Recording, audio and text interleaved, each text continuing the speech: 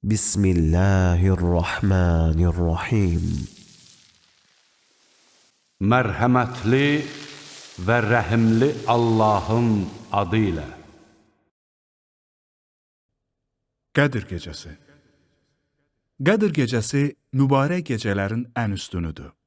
Qiyamətə qədər bütün insanlara rəhbər olan Quran kitabı məhz bu gecədə yer üzünə enməyə başlamışdır. Həqiqətən, biz onu Qədir gecəsində nazil etdik. Sən hardan biləsən ki, Qədir gecəsi nədir? Qədir gecəsi 1000 aydan xeyirlidir. O gecə Rəbbinin izni ilə mələklər və ruh hər işə görə yerə enirlər. O gecə sübh açılana dək əmin-amanlıq olur.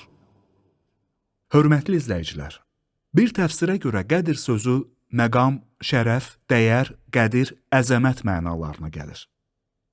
Bu gecə barədə müstəqil surə olan Qədir surəsində Quranın vəhinin başlanğıcından, gecənin böyük fəzilət və bərəkətindən, o gecə kainatı bürüyən ilahi mərhəmətdən bəhs edilir.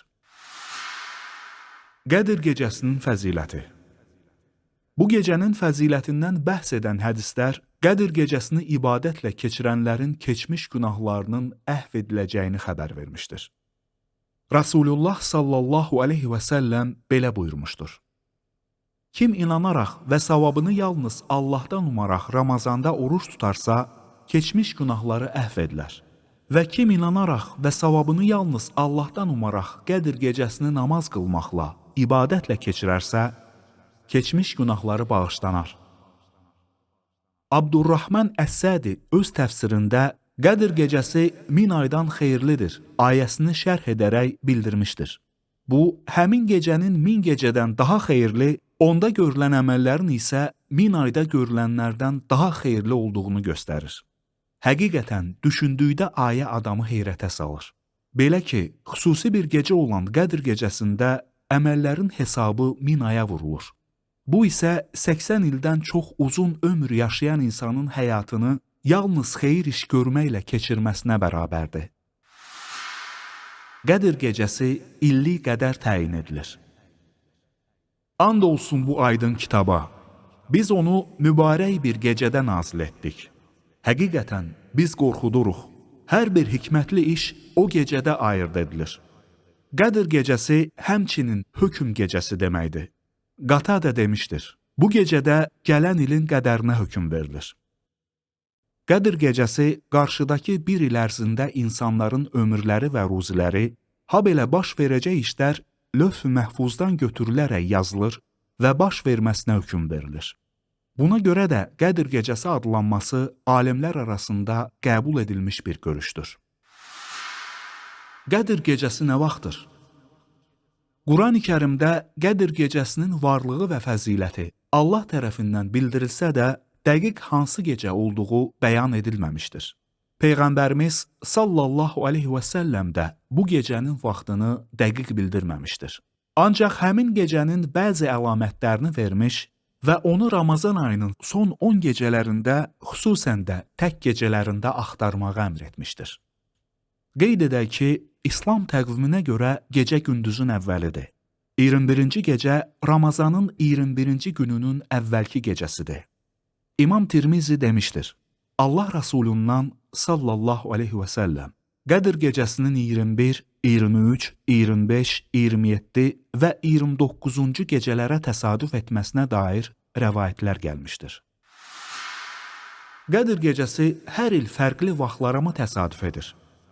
İbn Xuzeymə Qədir gecəsinin hansı gecə olması barədə bütün səhih rəvayətləri cəmləyərək bildirmişdir ki, o, hər il dəyişərək 10 gecənin müxtəlif tək gecələrinə təsadüf edir. Həqiqətən də Allah Rasulunun sallallahu aleyhi və səlləm bu günlərdə ibadətlərinə baxdıqda görmək olar ki, o son 10 günün heç birini ayırt etmədən vaxtını daim ibadətə həsr edərdi. Ayşədən Allah ondan razı olsun, rəvayət olunur ki, Ramazan ayının son 10 günü daxil olarkən Rasulullah əyninə geydiyi paltarı bərk sıxardı. Gecələri oyaq qalardı və ailəsini də oyadardı. Qədir gecəsinin dəqiq vaxtının bilinməməsində hikmət nədir? Alimlər bunda uca Allahın hikmətinin olduğunu qeyd edərək bildirirlər ki, Bu ona görədir ki, müsəlman hansısa bir gecəyə ümidini bağlayıb rahatlaşmasın.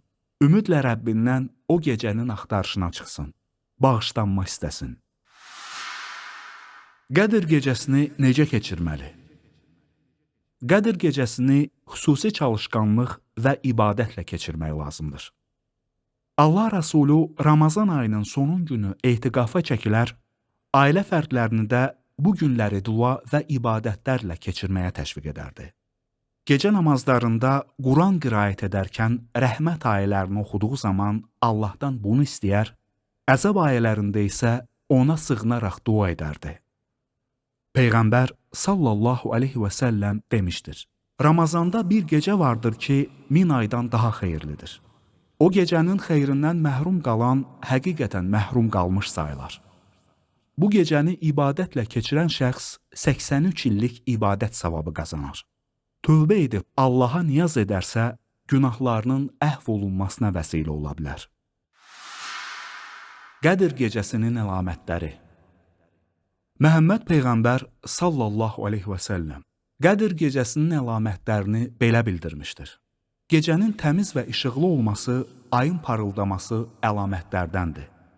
Həmin gecə sakit, nə isti, nə də soyuq olur. Ulduz sürüşməsinə səhər açılıncayadək icazə verilmir. Bu gecənin əlamətlərindən biri də günəşin düz, şüasız, sanki bütöv ay kimi doğmasıdır. Şeytanları isə onunla birlikdə çıxmaq qadağandır. Qədr gecəsini aşağıdakı bəzi əlamətlərə görə təyin etmək mümkündür. Təmiz və işıqlı gecə, sükunət. Bu o deməkdir ki, möminlərin qəlbində digər gecələrdə olmayan, izahı çətin olan bir sakitlik, sevinç hökm sürəcəkdir. Uca Allah dilədiyi insanlara yuxuda məhz həmin gecənin Qədr gecəsi olduğunu göstərəcəkdir. İnsanlar həmin gecədəki ibadətlərdən digər gecələrdən daha çox ləzzət alacaq, onları yerinə yetirməkdə özlərini daha aktiv hiss edəcəklər. Gecə sona yetdikdə günəş çox parlaq olmadan şəfəqsiz doğacaqdır. Qədr gecəsində edilən dua. Qədr gecəsi hər cür dua oxuna bilər. İnsan həm özünə, həm ailəsinə, həm ölkəsinə, həm də dünyadakı bütün müsəlman qardaş və bacılarına duada yer ayırmalıdır. Ancaq bu gecə ilə əlaqəli Allah elçisinin öyrətdiyi xüsusi dua belədir. Allahumma inneke afuvun tuhibbul afwa fa'fu anni. Allahım, sən əhv edənsən, əhv etməyi sevirsən, məni də əhv et.